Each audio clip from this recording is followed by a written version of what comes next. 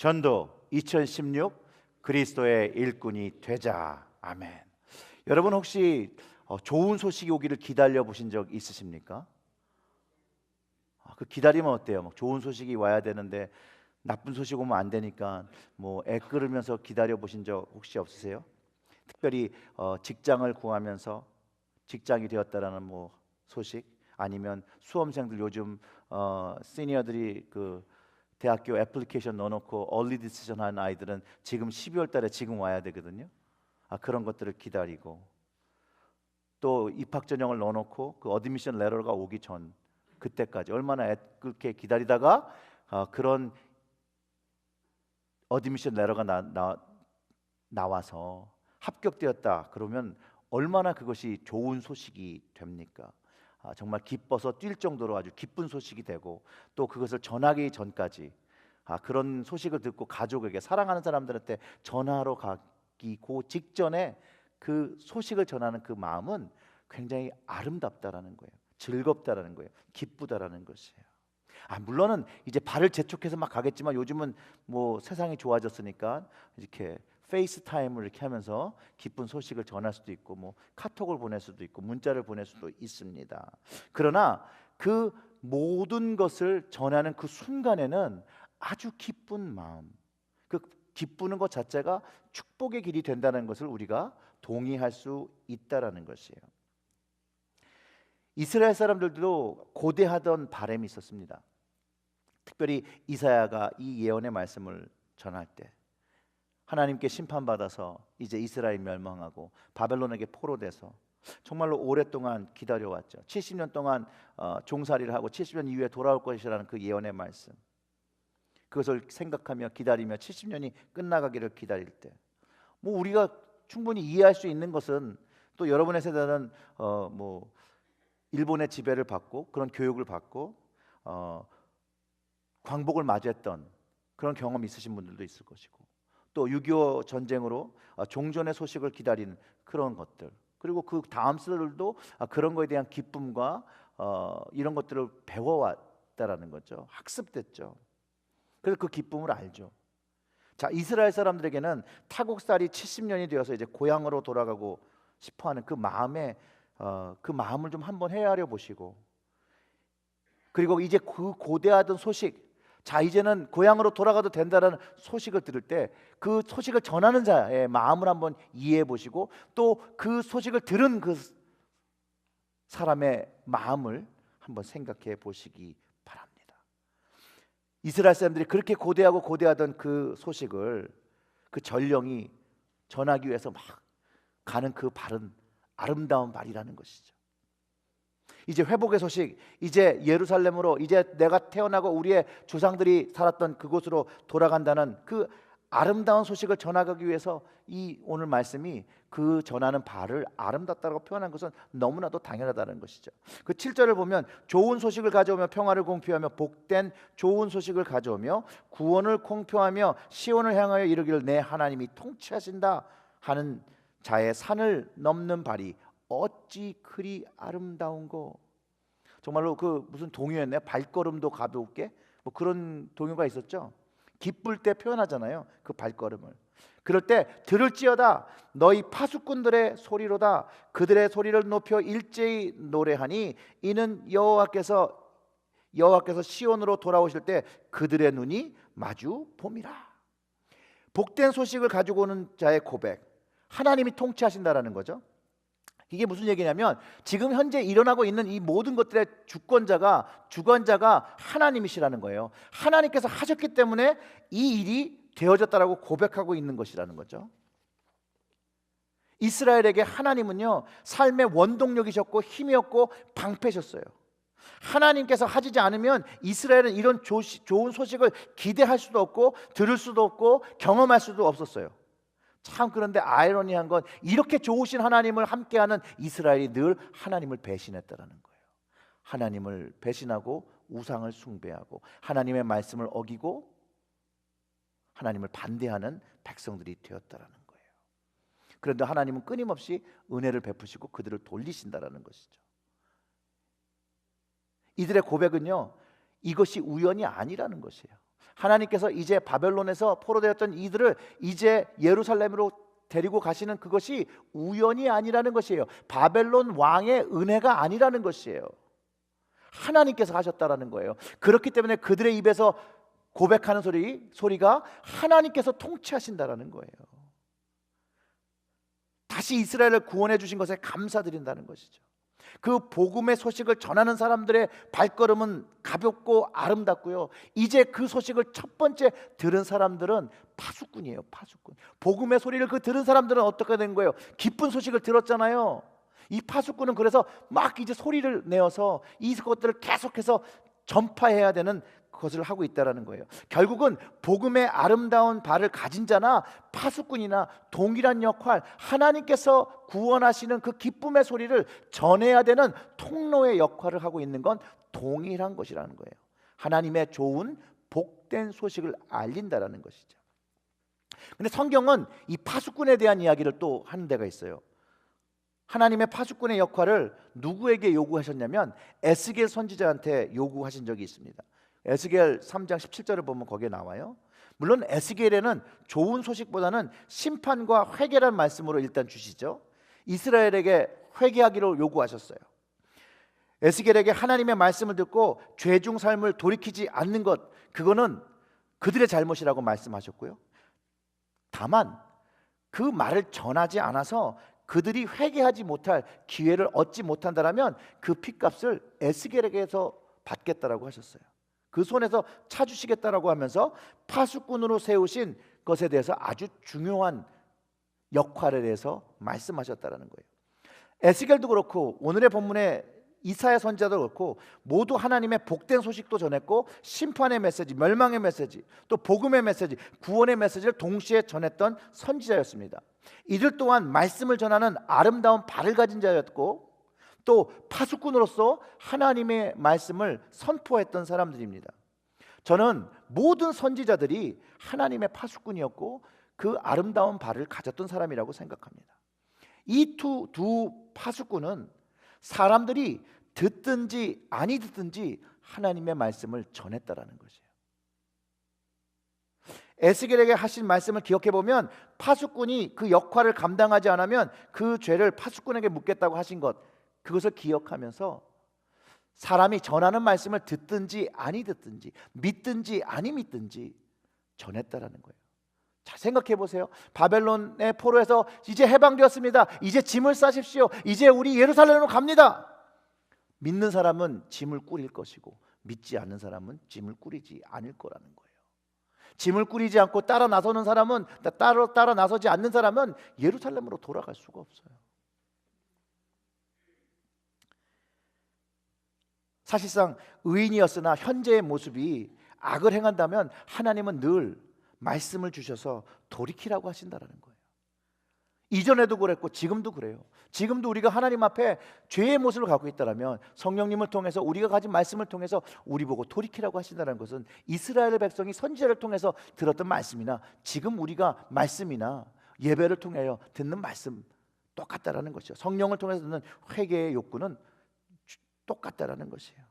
말씀을 듣지 못해서 돌이킬 기회가 없는 사람들에게 핏값을 말씀을 전하지 않는 파수꾼에게 물리신다고 한다는 그 초점을 우리가 좀 생각해 보아야 한다는 거예요. 왜 그러냐면요, 자, 해방이 왔습니다. 우리가 이제 자유함을 가지고 구원함을 가지고 이제 예루살렘으로 돌아가도 됩니다 라고 하는데 듣지 못하면 안 되는 거잖아요. 최소한 파수꾼이 자기 집에 가서 야, 짐 싸, 우리 이제 갈 수 있어 라고 한다면 파수꾼이 파수꾼의 역할을 감당하지 못하는 것이잖아요. 결국 하나님은 듣든지 아니 듣든지 하나님의 종으로 하나님의 복음을 들은 자는 전해야 되고 복음을 들은 그 파수꾼은 자기의 역할을 감당하는 순종을 요구하신다라고 말씀을 통해서 가르치고 계시다라는 것이에요. 결국은 하나님은 하나님의 종에게 순종을 요구하신다라는 것이죠. 하나님은 하나님의 자녀에게 순종을 요구하신다는 것이죠. 하나님은 하나님의 백성에게 순종을 요구하신다는 것이죠. 하나님은 하나님의 제사장과 예배자에게 순종을 요구하신다는 것이에요. 이것은 성경이 이야기하고 있는 것이라는 거죠. 사랑하는 성도 여러분, 여러분들은 하나님의 종입니까? 하나님의 자녀입니까? 하나님의 백성 아니십니까? 하나님의 예배자 맞습니까? 그렇다면요, 하나님은 순종을 요구하신다라는 거예요. 어떤 순종을 요구하시는지를 이제 우리가 한번 찾아보죠. 근데 이 하나님 말씀에 불순종하는 거에 대해서, 그러니까 순종하는 건 좀 나중에 보고 이 불순종하는 거에 대해서 좀 생각을 해볼게요. 하나님 말씀에 불순종한 거고 그 간과한 그 마음을 성경은 강팍한 마음이라고 이야기합니다. 그리고 그 강팍한 마음을 가졌던 이스라엘을 두고 뭐라고 말씀하셨냐면 패역한 백성이라고 말씀하셨다는 거예요. 즉 우리도 나도 하나님의 말씀을 가졌지만 그 말씀을 간과하고 그 말씀을 전하지 않는다라면 나 역시 하나님 앞에 패역하고 그 마음이 강팍한 사람일 수밖에 없다라는 것이죠. 우리는 여기서요, 우리 모두는 예외가 없어요. 여기서 자유로울 수가 없어요. 왜냐하면 성경이 그렇게 말하고 있어요. 주님께서 순종을 요구하시는 것이에요. 그래서 주님께서 먼저 그 순종을 보여주셨죠. 십자가의 순종으로 우리를 하나님과 회복시키셨잖아요. 물론 억지로 하는 그런 순종도 기뻐하실 수 있어요. 하지만 하나님께서 요구하시는 그런 순종은 자발적인 순종이에요. 주님의 십자가의 사랑의 그 깊이를 알기 때문에 순종할 수밖에 없는 그런 순종. 아버지의 사랑을 알기 때문에 예수님께서 십자가를 지는 것이 어려웠지만 겟세마네 기도를 하시면서 그 동산에서 기도하시면서 결국은 그 결론이 아버지의 원대로 하옵소서라고 기도하신 순종, 그것을 우리에게 요구하신다라는 것이에요. 그리고 그 순종이 되어질 때 하나님은 기뻐하신다는 거예요. 할 수 있어서 하는 것이 아니라 어렵지만 하는 순종, 내가 능력이 돼서 하는 것이 아니라 내가 하기가 정말로 어려운데 하나님 때문에, 하나님을 사랑하기 때문에, 주님을 사랑하기 때문에, 성령님을 사랑하기 때문에 그 어려움을 넘어서 순종하는 그것을 기뻐 받으신다는 거예요. 사실 옛날에 이사야나 에스겔 같은 때는요, 우리와 같이 이렇게 잘 하나님의 말씀이 정리된 프린트물은 없었습니다. 하나님의 말씀을 환상으로, 비전으로, 또 그 하나님의 음성으로 듣고 그 뜻을 마음에 새기고 그 뜻을 분별해서 그것에 순종했다라는 것이죠. 그리고 그 말씀에 통치를 받아왔던 그런 순종의 사람들이었다라는 것이에요. 우리는요, 하나님의 말씀을 너무나도 쉽게 근처에서 가까이 접하고 분별할 수 있어요. 여러분 손에 성경이 담기지 않았습니까? 여러분 집에 성경이 하나 있는 거 아니잖아요. 여러 개 있잖아요. 그리고 요즘은 이 인터넷이 너무나도 발달해서 여러분들이 듣고 싶은 말씀, 목회자별로 입맛에 맞게 다 골라서 들으실 수 있잖아요. 근데 듣는 것에 그건 가지고는 충분하지가 않다라는 거예요. 거기서 하나님의 말씀, 나의 말씀으로 받아들이고 그 말씀에 순종하여 사는 것이 하나님께서 원하시고 찾는 것이라는 거죠. 에스겔에게 하신 말씀, 들을 자는 듣고 듣기 싫은 자는 듣지 않으신다라고 하셨고, 그 듣기를 싫어하는 사람을 패역한 사람이라고 하는데, 이 패역하다는 말이 어떤 말이냐면요, 영어로 보면 너무 쉬워요. rebellious, 반항하는, 반항적인 그런 사람이 이제 성경의 언어로 패역하다라고 표현합니다. 그리고 이 사람들을 하나님의 말씀을 듣지 않는, 하나님의 말씀에 반항하는 사람들이라고 얘기한 것이에요. 사랑하는 성도 여러분, 여러분들은 하나님의 말씀을 가진 사람들입니다. 하나님의 말씀에 반항하십니까? 아니면 순종하십니까? 이건 여러분 스스로를 익사하시면 됩니다. 다른 사람이 해주는 거 아니에요. 내가 하는 거예요. 내가 하나님 안에서, 하나님의 성령 임재 안에서 내가 고백하고, 내가 결단하고, 내가 나를 스스로 examine하고, 그것이 만약에 하나님의 반항적인 모습이 있다면 그것을 돌이키는 것, 우리가 뭐라고 부르죠? 회개라고 하는 것이에요. 돌아서는 삶, 잘못됐다고 생각한 그 부분에서 돌이키는 삶, 바로 그것이 회개하는 삶이라는 것이에요. 오늘 말씀을 통해서 우리는 하나님의 말씀, 복음의 소식을 받았어요. 찬양하고 감사하고 그 구원의 소식을 주신 하나님의 통치를 받고 살아가고 있는지를 이제 확인해 봐야 된다는 거예요. 결국은 구원을 주신 하나님, 예수 그리스도의 독생자를 주셔서 하나님의 영광을 깨닫게 하신 그 하나님의 통치를 내가 받으며 살고 있는지를 확인해 보아야 한다는 것이에요. 그리고 하나님의 말씀을 받았으니 그 말씀을 내 삶의 속에 적용하고 그 다음에 그 말씀대로 실천하고 전하고 살아가고 있는지를 또 돌아봐야 된다는 것이에요. 순종의 삶을 살고 있는지 심각하게 좀 점검해 보아야 한다는 것이에요. 왜냐하면 하나님의 말씀을 얻은 사람들은, 그 백성들은, 그 자녀들은 절대로 자유로워서는 안 된다는 것이에요. 이것에 묶였다라는 것이에요. 하나님의 복음을 경험한 사람, 예수 그리스도의 십자가를 경험한 사람, 그리스도의 보혈의 능력을 경험한 사람들은 여기서 자유로우면 안 돼요. 왜냐하면 하나님의 구원을 만났기 때문에 그렇습니다. 근데 사람들이 하나님 말씀에 순종하며 사는 것을 어렵게 생각하죠. 그런데요, 정말로 하나님의 말씀에 순종하여 살 때 세상이 줄 수 없는 위로함이 우리의 삶 속에 깃드는 것입니다.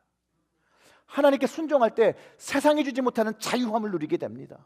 순종하게 될 때 하나님으로부터 나오는, 하나님께서 공급하시는 그 모든 것들을 그 삶 속에서 경험하고 그것에 감사하며 그것에 찬양하는 삶이 되어진다라는 것이에요. 우리의 삶에 그런 것들이 부족합니까? 그렇다면 우리의 순종하는 부분이 적기 때문이에요. 오늘 본문 9절과 10절에 고백하는 것처럼 우리는 하나님의 구원을 보았다라고 하며 고백이 되어야 된다는 거예요. 왜냐하면 우리 삶 속에서 예수 그리스도를 만났잖아요.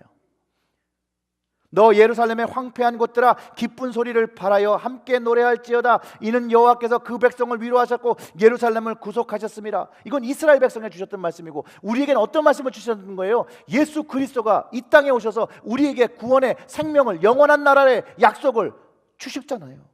그걸 우리가 알잖아요. 그리고 10절에 이렇게 얘기합니다.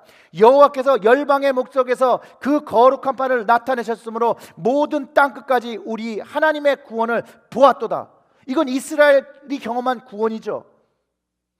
이스라엘이 보았던 구원의 하나님이셨어요. 우리도 동일하게 경험한 구원의 말씀, 그 말씀이 육신이 되어 하나님 아버지 독생자의 영광을 보고 은혜와 진리를 깨닫게 해준 그 주님을 만나지 않았습니까? 그게 구원을 보았다는 얘기죠. 자, 이 구원을 보은 것이 오늘의 말씀은 땅끝까지 전해진다라고 하는데, 이 땅끝까지 어떻게 전해지는 것이에요? 그걸 생각해 봐야 되는 거예요. 파수꾼이에요, 파수꾼.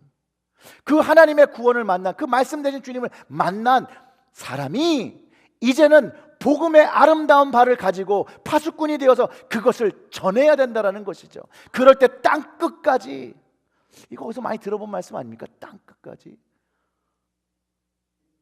너희는 땅끝까지 온 천하 만민에게 복음을 증거하라. 성경이 말하는 말이고, 주님께서 우리에게 주신 말씀이고, 주님께서 우리에게 복음을 받은 자들에게 주신 사명이라는 것입니다.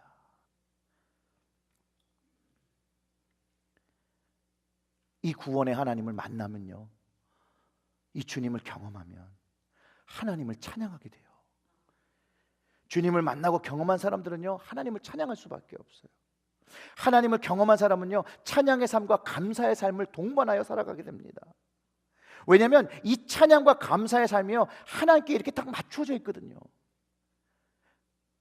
하나님의 구원의 기쁨이 나에게 임함으로 말미암아, 그 주님께서 나에게 오신 것으로 말미암아, 여기서 말하는 것처럼 평화와 기쁨과 사랑과 영광을 경험하게 된다는 것이죠. 그래서 경험했으니 그것이 마음으로부터 올라오는 것이에요. 영혼으로부터 나오는 찬양과 감사가 되어진다는 것이에요. 그 깊은 감사가 이제 삶의 모습 속에서 나타나야 된다는 것이에요. 이건요, 이스라엘 백성에게도 요구하셨던 것이고요, 우리에게도 요구하시는 것이라는 것이에요. 왜냐하면 우리 모두 다 하나님의 구원을 보았기 때문입니다. 그리고 이스라엘에게는 예배하는 나라가 되기를 원하셨어요. 자, 우리에게는 안 요구하셨나요? 똑같이 요구하셨어요. 하나님을 예배하는 제사장이다라고 하셨습니다. 그런데 생각을 해보세요. 이 제사장이, 이 제사를 드려야 되는 이 제사장이 하나님을 온전히 경험하지 못한다면 어떻게 진정한 예배와 제사를 감사와 찬양으로 드릴 수 있겠습니까? 하나님을 볼 때, 하나님을 만날 때, 주님을 경험할 때, 성령님을 경험할 때 진정한 예배와 찬양과 감사를 드릴 수 있게 되는 것이죠. 흉내는 낼 수 있겠죠. 비슷하게는 할 수 있겠습니다. 사람을 속일 수 있겠죠. 하나님을 속일 수 있겠습니까? 그럴 수 없다라는 것이에요. 하나님의 제사장 나라 되기 위해서 하나님의 통치를 인정해야 돼요. 하나님의 제사장이 되기 위해서 하나님의 통치, 내 삶을 다스리고 계신 내 삶의 주인이 하나님이시라는 것을 전적으로 고백해야 된다는 것이죠.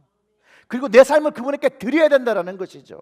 그 하나님께서 하신 그 구원의 의미를 실제로 경험하며 하나님께서 생명의 은인, 구원의 주인 되셔서 뼛속까지 깨달아 그 감사와 찬양이 골수로부터 흘러넘치는 그런 감사가 되어야 된다는 것이에요.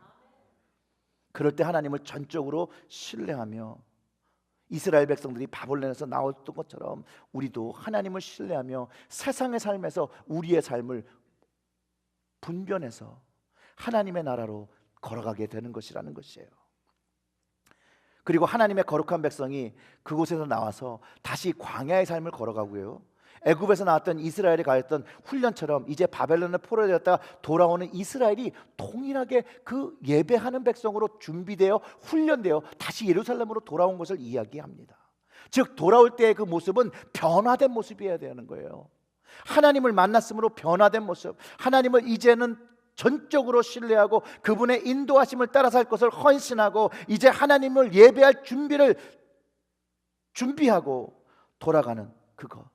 바벨론에서 나오는 것을 바로 야밤도주하라고 그런 것이 아니에요. 당당하게 하나님께서 약속하시고 하나님께서 이제 바벨론의 왕을 사용하셔서 이제 이를 통하여 역사하시는 그 구원의 하나님의 손길을 선포하고 찬양하고 나오라고 했던 것이거든요. 그 하나님을 예배하는 나라, 구원의 하나님을 이야기하는 그 백성과 자녀, 그의 모습이 정결케 되는 과정이 반드시 필요한 것이에요. 그게 바로 순종이라는 것이죠. 우리도 거룩한 나라와 왕 같은 제사장의 역할을 감당하기 위해서는요, 우리도 순종으로 정결함을 가져야 합니다. 하나님의 말씀을 받은 자로 선지자의 역할, 파수꾼의 역할을 감당하려면, 받은 대로 전하는 파수꾼 같은 사명을 가지고 일을 해야 되려면 결국 예배하는 자로서 제사장의 역할을 감당하기 위해서 정결한 모습을 가져야 된다는 것이에요. 이스라엘 사람들의 정결 의식은요, 동물을 잡아 죽여서 피를 뿌리는 동물의 제사였어요. 피의 제사였죠. 신약의 백성인 우리에게는요, 그 정결 의식을 위해서 예수님의 피의 공로를 의지하여 정결함을 얻는다라는 것이에요. 십자가의 제사라는 것이에요. 예수께서 흘리신 보혈이 이제 현재 나의 부정한 죄를 모두 씻고 용서하는 그 은혜의 능력을 믿고 경험할 때, 씻겨지는 용서하는 그 은혜를 경험할 때 우리는 구원을 확증하고 구원을 노래하고 구원의 감사함을 편하게 된다는 것이에요. 그 다음부터는 정말로 한없는 감사와 한없는 찬양이 마음으로부터 시작된다는 것이죠. 그 구속의 경험을 경험하지 못하면 그 의미를 깨달을 수도 없고 그 감사와 찬양을 할 수도 없어요. 또한 정결함도 가지지 못해요. 제사장도 스스로 먼저 정결하게 피의 제사를 드리지 않으면 그 역할을 감당하지 못합니다. 신약의 제사장도 그 신약의 그리스도인들 먼저 예수 그리스도의 보혈을 의지하고 그 모든 죄에 대한 정결함을 받고 새로운 삶, 예수님이 니고데모에게 말씀하셨던 거듭난 삶, 그 삶으로 정결하게 되어 찬양과 감사의 삶으로 살아가야 된다는 것을 가르쳐주고 있습니다. 복음을 진실로 알고 나면 이제 내가 해야 될 일이 하나 생겨요. 뭐냐면 좋은 소식을 전하는 아름다운 발이 되어야 해요. 복음을 전하는 더러운 발이 되라고 하지 않으셨어요. 아름답다. 사람들에게 아름답게 비춰지는 그런 아름다운 모습이 되어져야 합니다. 그리고 복음의 파수꾼을 감당해야 됩니다. 그 파수꾼의 역할을 감당하지 않으면 하나님은 감당하신 것을 위해서 회개하지 못한, 돌이키지 못한 영혼들의 그것에 안타까워하시며 그것에 대해서 물어보실 거예요. 물어보신다는 거예요. 제가 목회를 하면서 가장 두려워하는 것이 이거예요. 제가 하나님의 시간을 부르심을 받아서 천국에 갔는데 예수님이 나오셔서 환영을 하시되, 만약에 예수님께서 야, 너 내가 보냈던 그 사람 기억하니? 그 사람 어찌고 너 혼자 왔냐? 라고 하시면 그거를 어떻게 감당할 수 있을까?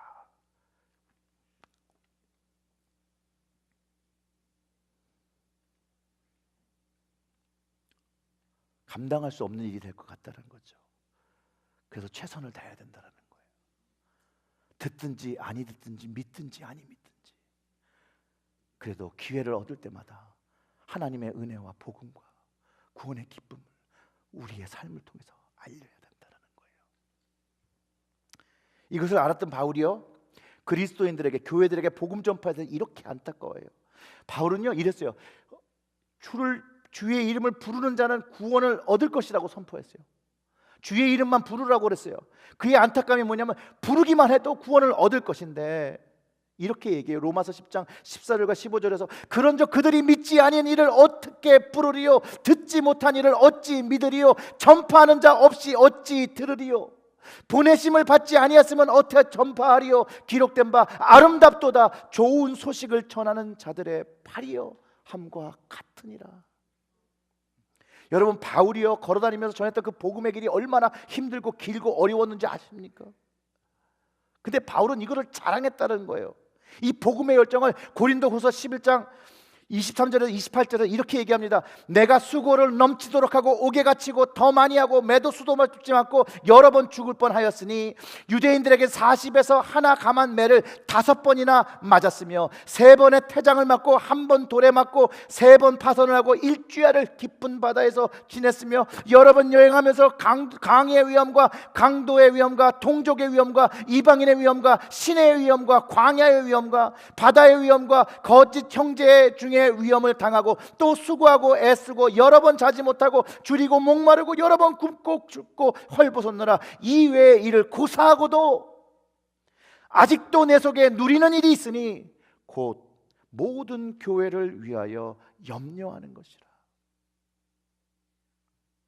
바울은 본인이 감당하는 삶의 어려움을 어려워하지 않았어요. 바울이 염려했던 것은 복음의 전파였다라는 것이에요. 교회가 그리스도인들이 파수꾼의 역할을 감당하는 것에 그 열정을 가지고 있었어요. 그렇게 하지 못하는 그리스도인들과 교회를 염려하여 보낸 서신들이 바로 우리 성경의 한 부분이 되었던 것이고, 그가 이렇게 어렵고 힘든 복음 전파를 멈추지 않을 수 있었던 이유는 바로 그가 가진 기쁨이었다는 거예요. 복음의 기쁨, 구원의 기쁨, 복음의 가치, 주님께서 십자가를 나를 위해서 주셨던 그것에 대한 가치를 너무나도 깊게 알고 있었기 때문이라는 것이. 제가 그럼 바울은 어떤 것으로 이렇게 이런 어려움들을 이길 수 있을까 참 고민을 많이 해보았는데요. 그의 고백이 사실은 그의 삶을 통해서 이래요. 결국은 구원을 보았다라는 거예요. 어떻게요? 다메섹으로 가던 그 길에서 예수님의 목소리를 들으며 부활하신 예수님을 만나며 또 성령님의 동행하심을 통해서 바울은 하나님의 통치를 경험했다는 거예요. 그리고 하나님의 통치를 고백하고 거기에 순종하며 하나님의 뜻을 깨달아 복음의 전도자로 파수꾼으로 하나님의 구원의 노래를 하며 찬양하며 살았던 그의 삶의 고백이 있었다라는 것이죠. 근데 그의 기도가 이래요. 한번 들어보세요. 주 안에서 항상 기뻐하라. 내가 다시 말하노니 기뻐하라. 너희 관용을 모든 사람에게 알게 하라. 주께서 가까우시니라. 아무것도 염려하지 말고 다만 모든 일에 기도와 간구로 너희 구할 것은 감사함으로 하나님께 아뢰라. 그리하면 모든 지각에 뛰어난 하나님의 평강이 그리스도 예수 안에서 너희 마음과 생각을 지키시리라. 이것이 바울의 복음을 전했던, 그가 경험했던 신앙 고백을 이제 빌립보 성도들에게 고백하며 자신이 경험한 방식으로 동일한 복음을 전하고 교회를 세우고 인내하고 복음의 파수꾼의 사역을 감당하라고 가르쳐 주는 것입니다. 사랑하는 성도 여러분, 복되신 주님을 전하고 나누는 것을 두려워하지 마시고 주저하지 마시고 오히려 그 주님의 이름을 노래하고 찬양하고 자랑하시기를 주님의 이름으로 축원합니다. 여러분의 구원의 기쁨, 대속의 은혜 어찌 우리가 말로 표현할 수 있겠습니까? 그 기쁨을 어떻게 표현할 수 있겠습니까? 복음의 아름다운 발을 디디며 사시기를 주님의 이름으로 축원합니다. 이제 파수꾼의 입이 되어서 듣든지 아니 듣든지, 믿든지 아니 믿든지 여러분들이 좋아하고 기뻐하고 사랑하는 주님을 나누시기를 주님의 이름으로 축원합니다. 우리가 전하는 말, 그 증언, 그 듣는 사람의 삶이 변화되고 안 바꾸는 우리 책임이 아닙니다. 우리의 의무가 아닙니다. 우리의 의무와 책임은 하나님의 주신 복음의 말씀을 가감없이 전하는 것입니다. 복음과 십자가의 말씀을 전하면 됩니다. 그냥 전하면 됩니다. 복음을 전할 때는 사실 회개의 말씀이 전달돼야 되거든요. 그런데 현대의 교회들, 목회자들, 그리스도인들의 사람들에게 회개의 메시지를 전하는 것을 두려워합니다. 사람들이 나를 어떻게 생각할까 의식하면서 이것을 잘 안 한다라는 것이에요. 하나님의 책망의 말씀, 회개의 말씀을 전하는 것에 대해서 꺼려한다라는 것이에요. 파수꾼의 역할을 제대로 감당하지 않는 것입니다. 심판과 회개의 말씀을 전하는 것이 어렵습니까? 그렇다면 여러분, 최대한 구원의 기쁨과 환희를 전하는 파수꾼은 되셔야 합니다. 적어도 둘 중에 하나는 하셔야 된다는 거예요. 회개의 말씀이든 십자가의 말씀이든 복음의 말씀이든 하나는 해야 됩니다. 그게 파수꾼이 하는 것이에요. 근데 놀랍게도요, 하나님의 은혜는 이 한 가지만 하면 모든 것을 다 하도록 하나님께서 만들어 놓으셨다라는 것이에요. 사랑하는 성도 여러분, 그냥 좋은 소식이 아니에요. 오늘의 말씀을 보면 좋은 복된 소식입니다.